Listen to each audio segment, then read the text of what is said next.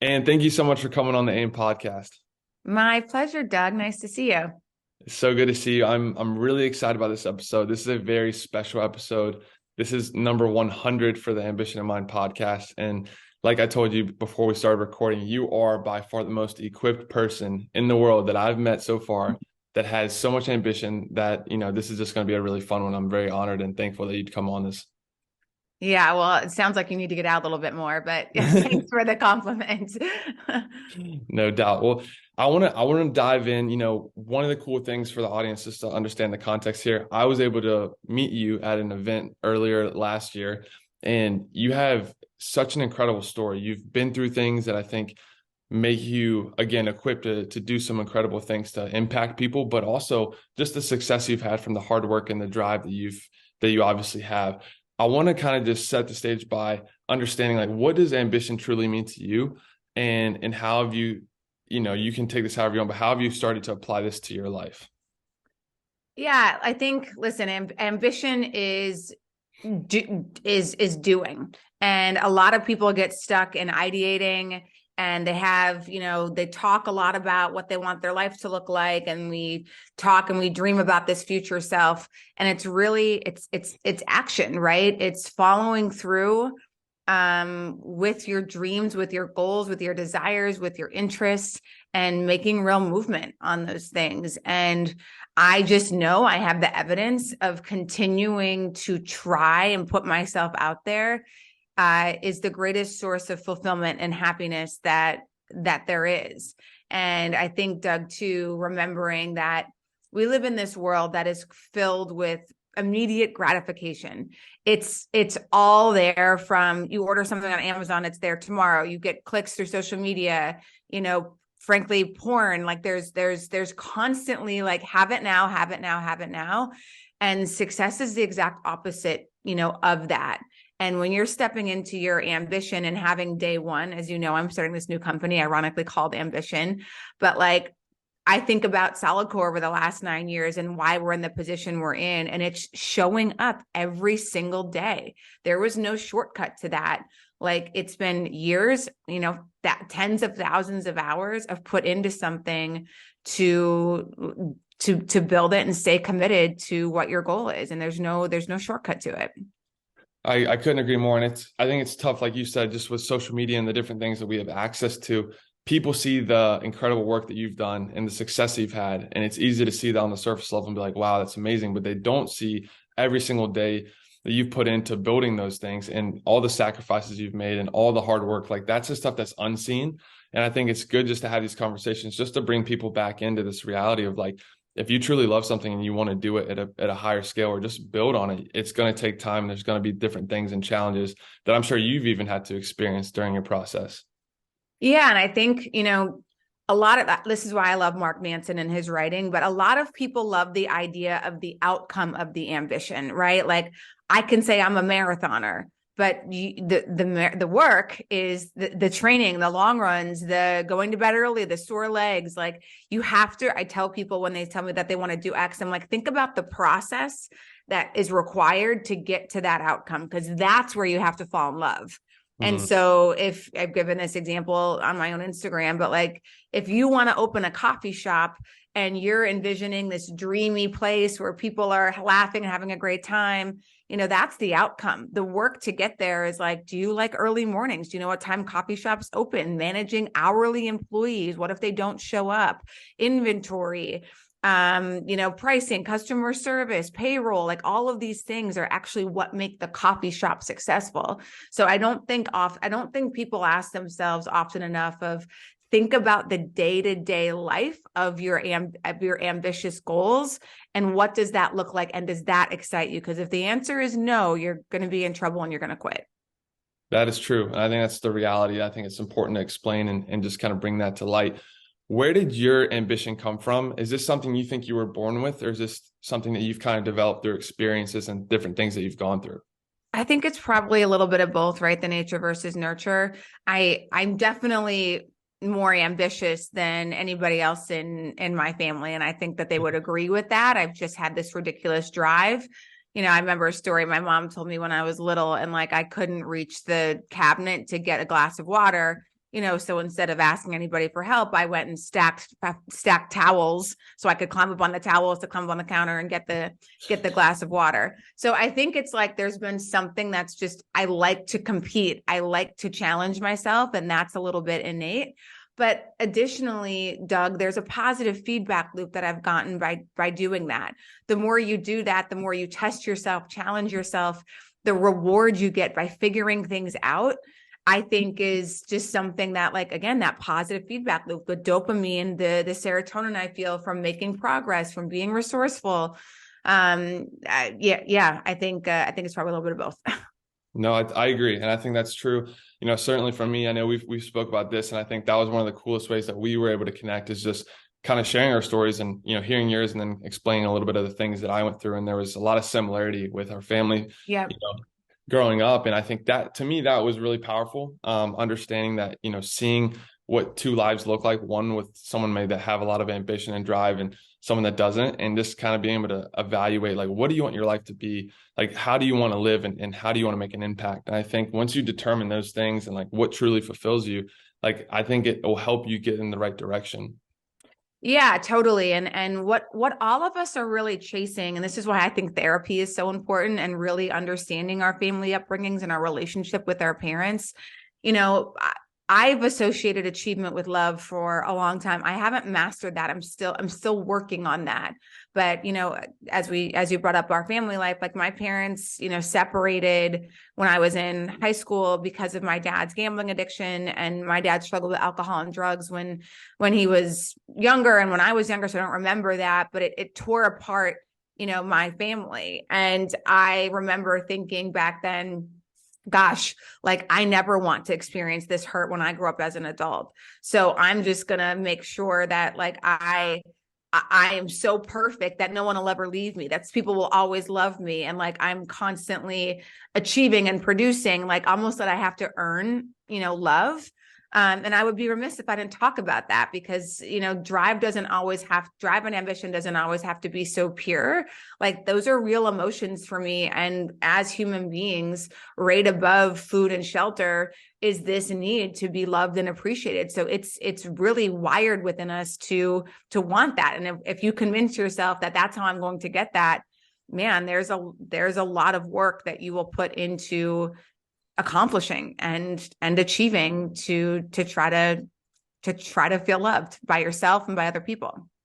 Yeah, no, I couldn't agree more. And I think, what I've seen is, like, obviously I have this drive and ambition to do these things like this podcast and whatnot. And I think, to your point, for me, it was never really about money. Obviously, you're someone who can probably speak on this, very well, but you've created a lot of financial success and different things with the assets and the businesses you built. But in terms of just the feedback from being ambitious and doing things and hearing, the way it's affecting people, or the way people are appreciating that, that's what fires me up more than anything else. And it sounds like, obviously, there's got to be somewhat of a balance there where you can't necessarily be consumed in it, but it surely can, I think, fuel that fire to continue on to push you and drive you to help those people. Yeah. And I think you have to figure out where to channel your ambition. I used to tell this to the Back on My Feet guys, which is a nonprofit that I'd started, in 2007, who majority of those guys in that program were addicts. And I'm like, your addiction tendencies can be a massive superpower. You just have to figure out where to put them instead of the drugs, alcohol, and the activities that are diminishing your life. If you can put that in our program, it was running and bettering yourself. Like, you have such a leg up because, and I have a little bit of addictive tendencies, but when you're like 100% in, and it can really be amazing. And I always say, Doug, that, like, ambition leads, money follows. And what I mean by that is, if you're doing things to make money, that's not an emotion. There's not enough there in my mind. Like, that's the stuff. Those are the companies that fail, the businesses that fall apart, the communities that don't thrive because they're not authentic. If you're doing the right things, and that's what I decided to do with my ambition of, like, I like creating experiential brands in the fitness and wellness space that make people's lives better, happier, and more fulfilled. And so I feel really good about how I've built my wealth for myself and what my success is built off of. It still gives me a ton of joy of when I'm in a solidcore studio, or, someone texts me or emails me, and how how much better their life is, or how something I've created has impacted their life. Like, I still get goosebumps, and I feel really good about how I've spent my time. And so I think that's the trick of, you can be ambitious, but where you put that can either be destructive or not honorable, or it can help a lot of people, and everybody's got to make that decision for themselves. No, I agree. I think that makes a ton of sense. And everyone's obviously story is different. Their interests and passions are different. How did you kind of get into this space of doing these things that are, you felt called and interested in with the health and fitness, and just making these experiences for these people?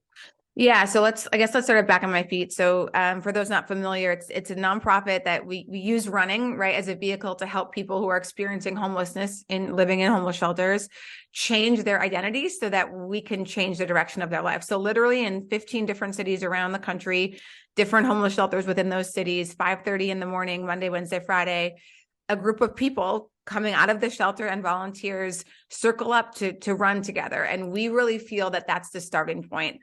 That if we can get people feeling good by moving their body, I'm a big believer in movement, as I know you are too, Doug. It's just like that will get all of the blood flowing. Again, the serotonin, you start your morning off in that way, you feel good. One good decision leads to another. And so I started that organization when I was completely lost in my life, looking for like what my purpose is, like what does my life mean? What am I here for? And I think everybody at some point asks themselves those big questions. And I had been a runner at this point for 10 years living in Philly. And I became a runner to deal with my dad's addiction issues and the demise of my family, unit falling apart. It was an outlet for me. And so 10 years later, when I see these group of guys outside this homeless shelter, knowing how powerful running had been to me, I mean, I felt invincible when I was running. I felt strong. I felt certain. And it had so many benefits, even as a 16-year-old kid who was struggling. And I'm like, running doesn't discriminate. It doesn't matter if you're white, black, rich, poor, homeless, or not. Like, it can make you feel like you can fly.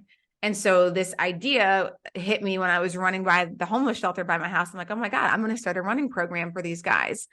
And in some weird way, Doug, I know you've got some roots in religion, and I'm more spiritual, but when your life makes sense in a way that I'm like, running, I feel like really saved me as a kid, and I couldn't figure out a way to help my dad through his addictions.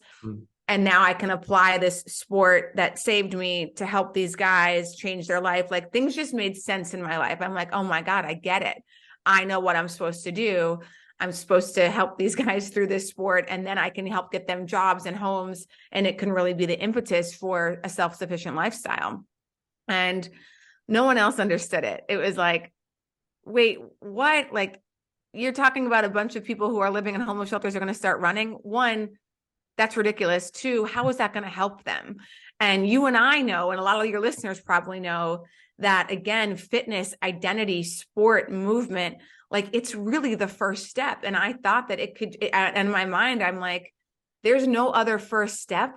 If we can't get these guys to look at themselves differently as a runner, as a teammate, as reliable, as ambitious, a goal setter, someone who, runs 10 miles a day, from a place where they're looking at themselves as, I'm a 44-year-old man living in a homeless shelter, that's not a good story or narrative for motivation and for change. So we had to change identity first. And yeah, I was like, this is what I'm supposed to do with my life.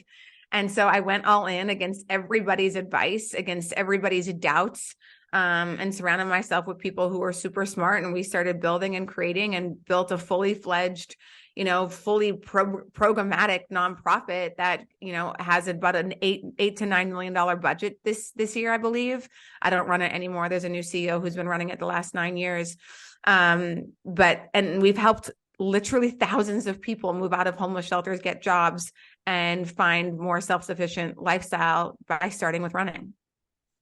That is truly incredible. It is unreal what you've, done with that particular program. And, one of the big things that I take away from that, obviously you're definitely making an impact on these individual lives, but there's this element of just like empowering and instilling confidence in people.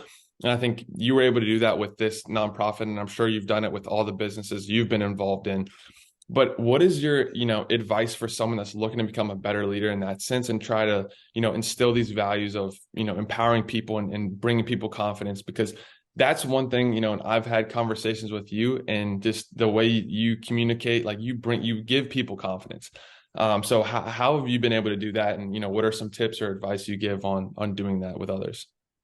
Yeah, listen, I think that takes a little bit of years of practice. I remember starting with back on my feet and being a young CEO that I had never been before, and I'd never managed people before. And you kind of look around and we all have this idea of what it means to be the boss. And you kind of see the boss as like mean, telling people what to do, hard on people. You're like, okay, like is that what I'm supposed to do? So I had to learn by going through it that that's not leadership, right? Like, that's me exerting my authority, isn't doing anything. All people are doing then is following my direction and following what I'm saying and telling them what to do and how to do it. And people get tired of that, right? That's not an empowering way to lead. Again, took years, but now I really lead from a place of, I work backwards from our goals. So again, Ambition is opening, which is a new fitness wellness concept that I'm opening in New York, early March. And my team, it's like, guys, here's the opening date. Here are the goals. And like, I leave it up to them to be like, I don't care how you do it, but this is what needs to get done by then. I am here if you need assistance and help, and we're going to have weekly meetings and whatever, but I'm not going to get granular and tell you how to do what you want to do. The goals and everything that needs to get done by then. And I think I see a lot of leaders, step into their unfortunate authority. And they are get a thrill off of telling people what they're doing wrong and saying no and telling people they need to ask for permission. So a really good test. And I tell this to, solidcore, we have over 1,000 employees. I tell the leaders at the beginning of the year, all the things that you are responsible for that you feel like you need to approve and come your way. At the end of that year, that list should be a lot shorter because you have taught, you have empowered, and you have delegated. If that list is the same, that tells me that you're really not a leader. You don't trust the people beneath you. You're not taking the time to empower them. You're not doing the company any favors because you're not growing and elevating yourself. You're just protecting these responsibilities and making it that like you're so invaluable that like you're needed for these approvals or for this thing, when again that's like, that doesn't impress me much, right? Like I want to see how you're able to step up and say, all my team knows how to do the P&Ls, all my team understands sales now, like I've put these processes in place and empowered my team. And that as I hire people now with my next ventures, that's what I look for the capabilities of people to do. That's so good. And I think, from a moral standpoint, like a good leader should empower and bring confidence to make that person better, to raise their level, to make them a better human, a better person. But in the end, it's cool to see how I'm sure that's been a catalyst and an element to help you scale faster, grow bigger, because at the end of the day, you're now creating, people that can do it themselves, which I think that's like you're saying, a lot of leaders maybe want to hold on to more things just because they don't want to give up that free or that power. But at the end of the day, that power is what can ultimately just continue to grow the engine. Yeah, Doug, think about that, right? So this is solidcore. I'm no longer the CEO of that, right? So if anybody listening is an entrepreneur and a founder, or you're building something, if you're building something that is wrapped around your identity, your brand, you're then become an employee of what you're building. The best thing a founder can do is ensure they're putting the people, the processes in place that it works without you. So we're having this conversation. There are 91 solidcore studios and they're all having classes right now. I'm not coaching any one of them. I don't manage any one of them. I'm not necessary for the business to be running. And so it is irresponsible for a founder. And this is where the ego steps in, right? If you're like, oh my God, this thing won't work without me. I'm like, that's not something I would ever invest in. If this thing is so tied up in the founder, and if you get hit by a bus, right? If you get hit by a bus or you go away or something else, it's not a great place for the company to be in. And I'm interested in building and scaling. And you can't scale if you are so imperative to the business. That totally makes sense. I want to talk about solidcore. It's an incredible company. It's an incredible thing that you've built with this. how did I want to really I really am interested in the early days. Like I want to know how, obviously I know a little bit about your story. You can share, kind of the quick overview for someone that maybe not doesn't know, but I want to talk about the early days, the grit, the things that maybe were unseen that people don't see now. Because obviously you touch on the numbers and it's incredible what you built. But like really, I would love to dive into the early days of how you got off the ground and what that looked like to really build this thing. Yeah, sure. And I think that's a really valuable question for people listening who are like, it's different talking when everything is done and built, but like, how do I do number one? So I had been running back on my feet for 6.5 years, and I was like, I kept hearing this voice of like, it's time to do something else. And I was like, what? Like, are you serious? Like very few people even get one thing off the ground. And like, now I can feel this energy of like, it's time to move on. You've done your job. And I fought that for like a good 6 months because I was scared, right? Like, what if the next thing I did didn't work? How do I top back on my feet? Like, I felt a lot of fulfillment. Am I going to feel more fulfillment? So I had to work through a lot of those emotions. And I realized I'm not making a move because I'm scared. And that's not a good enough reason. Like, my gift to the world is creating and building, and I need to put myself in those positions to challenge myself. So then I was like, okay, I'm going to open up myself and be aware of what that next thing could be. Cause I didn't know what it was. I just knew I had the feeling. And so I was in LA for Back on My Feet, and I like walked by this Pilates studio and I was like, oh, this is cute. Like, this is so LA, right? Like, I'm an athlete. I've done 11 marathons. Like, I was like, this will be a fun little like LA workout to do. And it was so hard. It was so hard. And I'm like, I didn't know you could work out like that. I thought you had to be pounding on your body, jumping up and down. Like, I thought you being injured every few months was a rite of passage to being fit. So it just like blew my mind that there was this different format. And I started taking Back in New York, where I was at the time, and my body started to change completely, my confidence. And I started to do the math on like the machines that were in there, the reformers. And I was just like, this is an amazing business model. But I felt the community and the brand, like no one was really doing that well in this space. And I was like, oh my God, like this is my next thing. Like, I'm going to open a high-end fitness boutique studio with this format. And it made so much sense to me again. Everybody was like, wait, what? Like, you're going to go from, helping the homeless through sport, this social issue, to opening a gym. And I'm like, it's not a gym, it's a studio. But, it was still like, this doesn't add up and make sense. But I was so certain, of what I could do in that space. And frankly, Doug, I wanted to try my hand at the for-profit space now that I had been in the nonprofit space. So I had saved $175,000 at this point. And I was like, okay, how much do I need to rent a space? How much do I need to, buy the machines? And I like barely had enough money. And I'm like, I'm doing this. I felt again, so emboldened by the certainty of what I felt because I had worked out for so long. And I'm like, if I feel this way from this workout and I don't know about this, that means so many other people don't. So yeah, I hired a broker. I moved back to DC, which is where I thought the first studio made sense. I had good roots there, and I didn't know anything. I asked a lot of questions about leases, and I had to have a lot of trust in people because I didn't know, like, I'm like, what does that mean? Like, what is tenant improvement dollars? How long does it take to build out a space? Like, I had to build the website, decide what pricing would be. So there was just a lot to figure out. And one of the stories I tell too is we have pallet wood on all of the studios at Solidcore.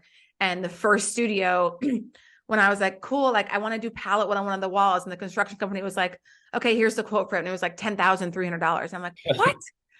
So I like Googled free pallet wood and got dozens of pallets delivered to the studio in the rain. And I talked 10 of my friends into helping me like dry them, sand them, like nail them to the wall because I couldn't afford it. And I really wanted to do it. So yeah, it was very grind mode. It was very hustle mode.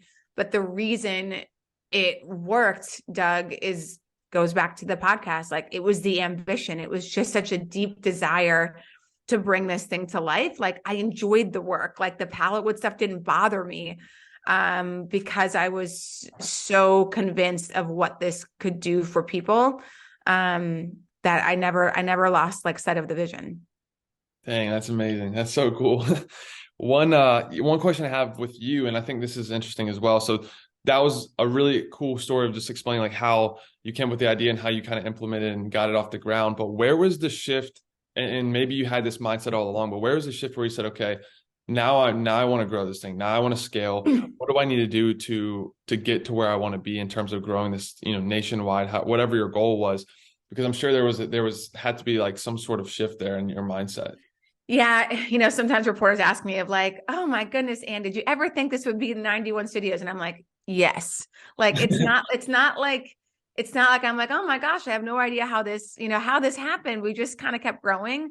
And I think as women, sometimes we're taught to just be, just happy to be here, grateful for like any success that we have. And Doug, from the very first studio, I'm like, I chose to open solidcore because I wanted to build an empire. I know how to scale.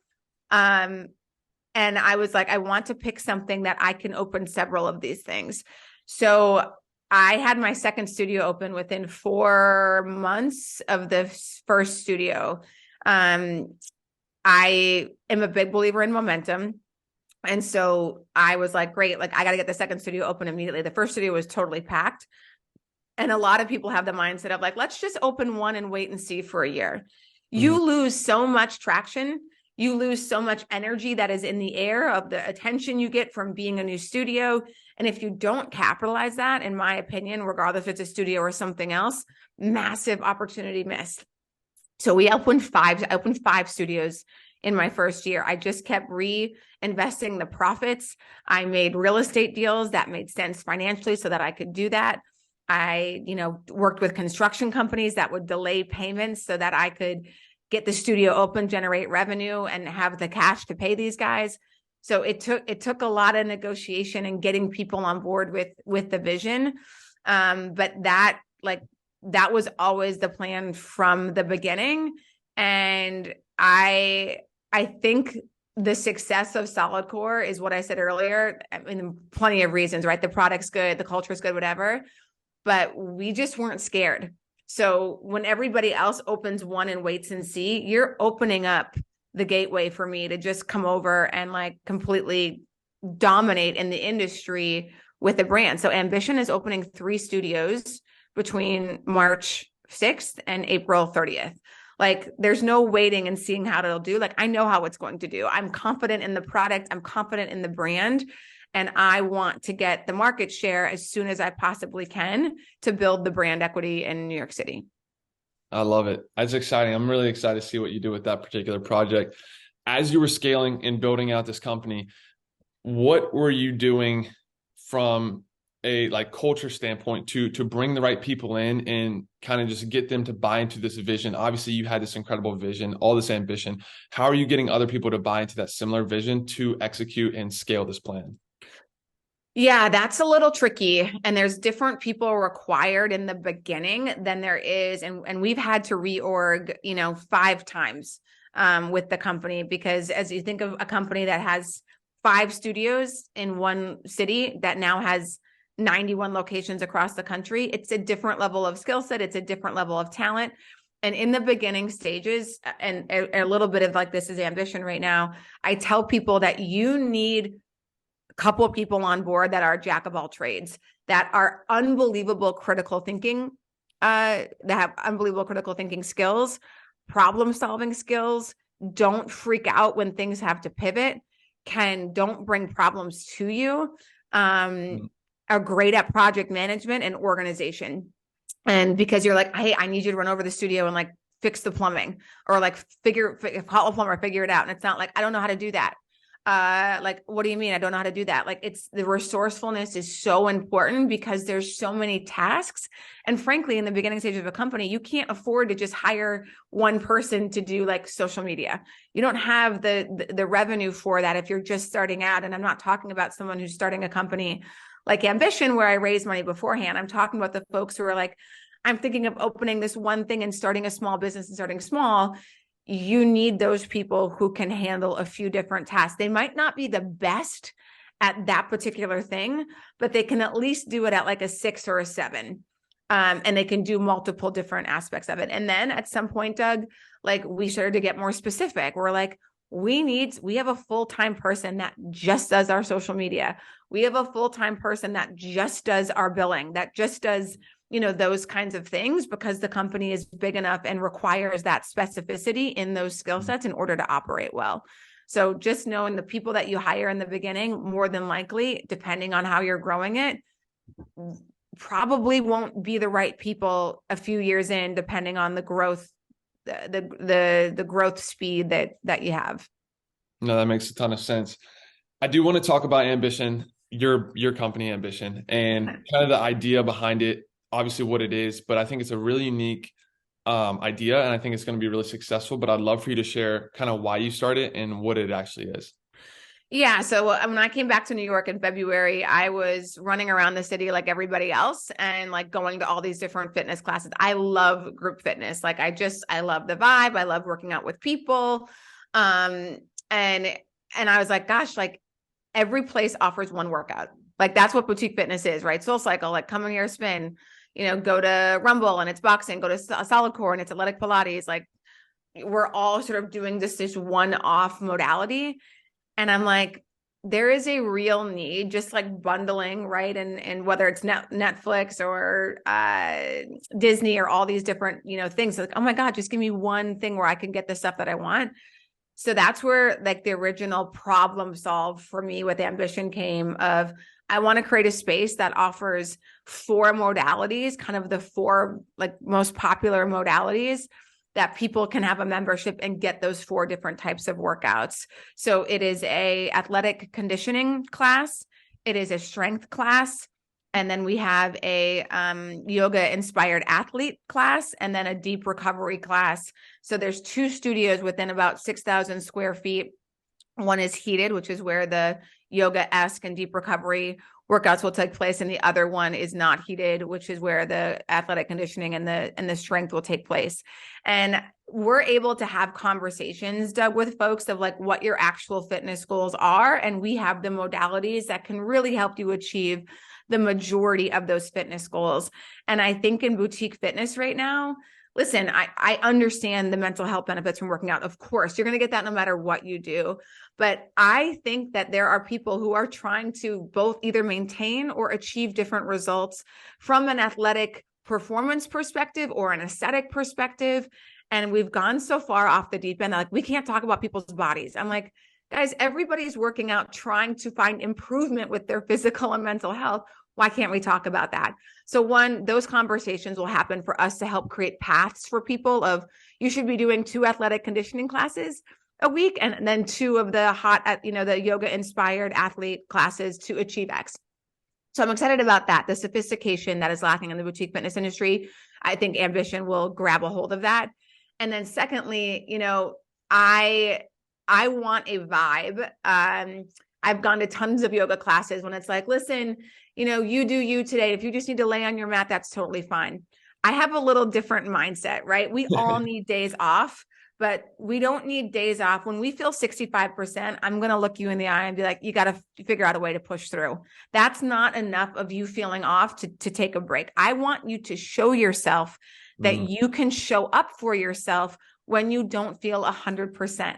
That is going to teach you resiliency. It's going to teach you your strength. It's going to teach you that you're capable, and that's going to help build your confidence. But I think too often we just give people a pass of like, oh, I don't feel great. And it's like, okay, how not great do you feel? Like, is it a 10%? Like you just need a day, or you like just don't feel like working out? So like, that's the vibe of really helping people, again, step in their ambition. And then we're also going to have a ton of events there twice a month around people's health, fitness, and wellness, and bringing in experts. I want people to learn to like their mentality in the studio at Ambition, how to apply that in other areas of their life, and how they show up inside the studio can show them how they should show up outside of the studio. And I want to introduce content and experts and motivation for folks to feel like they have a real community that's rooting for them.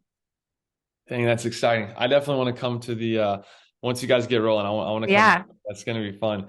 And I love how you talk about and you mentioned it earlier, but it's so true. Just like this idea of like, yes, we both of us are very enthused by health and fitness and we both enjoy it. But like no matter who you are, like it really does translate and affect every area of your life to some degree. And so for you to be able to do something like this, I think is really powerful.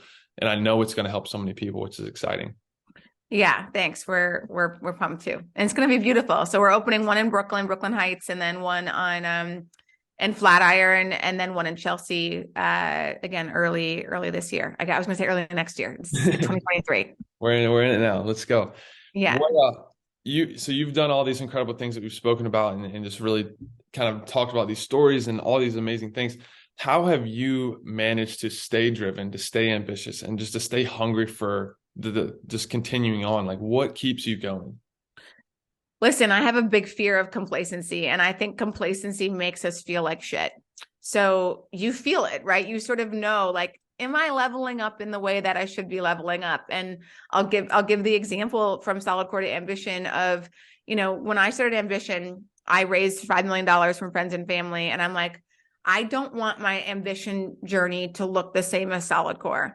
I want to hire a team. Like there shouldn't be the same level of grind, hustle, and like chaos, right? Like I'm smarter now. I know what I'm doing. I'm more experienced. So that I want that to show up in this next concept. And so hiring a team, and it is my goal to have a CEO in place by the end of this year. If not a CEO, a COO who's on his way or her way to becoming the CEO, so that I can continue to elevate and serve as the exec chair. And I did that with solidcore, but it took me 8 years to do it. So like, I want to make that happen. I want to make that happen sooner to show that I'm learning and that I'm growing. And then great, that's under control. What's my next company that I can start and do the same thing with? So I think the ambition piece, if again, we can all think about when we've had a great day. And Doug, when I think about great days, it's like, oh my gosh, I like move the needle forward on all these things. I got a great workout in, like I had really quality conversations. You just go back to the positive feedback loop. It's reinforcing when you're showing up. And I think that there's something to be said around contributing versus spectating. I try to make the majority of my life of contributing and being active instead of being passive. The passive things are scrolling on social media, watching TV, you're sort of consuming what other people are doing. And I think we need to be mindful of that scale, because the more that we just sit and consume and don't participate, that to me is like a nightmare. Like I can't imagine not contributing in some way that makes people's lives better. And that's just a real big motivator for me. I love that. I think that makes a ton of sense. I'm curious though too, in tandem to that, how do you find balance? Like how do you balance, like obviously it's incredible to have this drive and the ambition and this pursuit of just greatness and just continuously leveling up and doing these great things. But where do you find balance in your life and how do you work with that? Because I know there will probably be people listening that are excited and inspired by your story, but maybe a little bit overwhelmed, just trying to figure out how they can like have balance in their life. Well, one, I think everybody's different for the amount of balance that they need. And two, I think a lot of people try to do things in their head. So my advice is write the things down that are taking up time. Like if you really get clear on your schedule and you look at how you're spending your time, and like, that's what's so great about the screen time, right? When people are like, oh my God, I'm spending how much time on social, it's like people have a lot of hours, but you have to like, be like, this noise, like there's nothing here that's moving forward my goals. I need to either have boundaries, rules, or just abstain or eliminate those things from my life. So I think it's getting really clear. And I was talking with my friend about this, and I'm like, you know what? It's like, if you think about friendships, and I'm in a relationship too, so that takes up a lot of energy that I'm happy to give to, but like you really only have space for like a handful of really good friendships that you can foster. You're checking in, you're spending good time. And so I think it's just getting clear on, okay, how am I going to continue to foster these friendships? If you have kids, if you have this, if you have that, and realizing that you can't do it all the time. And as we go through life, different things peak and valley, and we have different priorities. And I think it's important to embrace that. Someone told me this a long time ago, and he said, and you can't be mom of the year and CEO of the year in the same year. And I'm like, That's really like, I think, astute advice. Doesn't mean you can't be mom of the year some year or CEO of the year this year, but it takes a ridiculous amount of focus. So I think the good exercise for folks is like write down those things. And if your list is, the full page, you're just never going to give anything enough attention to move the needle. So especially when I'm in like work mode, like Ambition, like my social calendar is very light. Like I can't give energy to those things right now because Ambition is taking the priority. And sometimes it's having those conversations with folks of like, hey guys, I'm super, I can't go to this event, this trip, this thing, like I'm in work mode. So that's how I think people can not feel overwhelmed when you get really clear on what it is you're spending your time, and everything else just is on pause right now. Wow, that's super helpful. I really appreciate you sharing that. This has been an incredibly fun episode, and I'm so grateful for you and your time and everything you're doing. Last question I have for you, just kind of wrapping this all together. If you could give one piece of advice, something that you've learned during your journey, your whole time just doing business, to a young entrepreneur or someone that's just getting started, what would that be? There's so much, right? But I'm going to say what I kind of talked about this last week, but I think it's so important. I think just like risk tolerance, right? Like when you're an entrepreneur, there's a lot of things that like are uncertain on how they're going to go. And I think it's really, really important that if you want to be a great entrepreneur, you have to practice risk in other areas of your life. So you get used to feeling the uncertainty of things. So whether that's in your personal life, really sit down and think through how you are putting yourself in situations that feel unfamiliar, that feel uncomfortable, that feel uncertain. And I really believe, Doug, because people are like, oh my God, Anne, how did you have the tenacity and the audacity to start back on my feet at such a young age? I'm like, I'd been practicing my whole life. I moved away for college. I went to DC. I moved in with 4 people I'd never met before. I had to figure out how to get to my apartment to American University by 2 trains and then a bus. So like you have this evidence of, oh, I figured all these things out before. This is no different. So getting rid of some of the certainty and proving to yourself that you can figure things out is what will set you up to be an amazing entrepreneur, because it won't feel so scary. I love that. I love that. It's just so good. Thank you so much, Anne. I'm so excited for people to hear this episode, and your ambition truly has meant a lot to me and inspired me. And I know it's done that to many others. So we really appreciate you taking the time to come on the show. My pleasure. Thanks for having me, Doug. Let's go.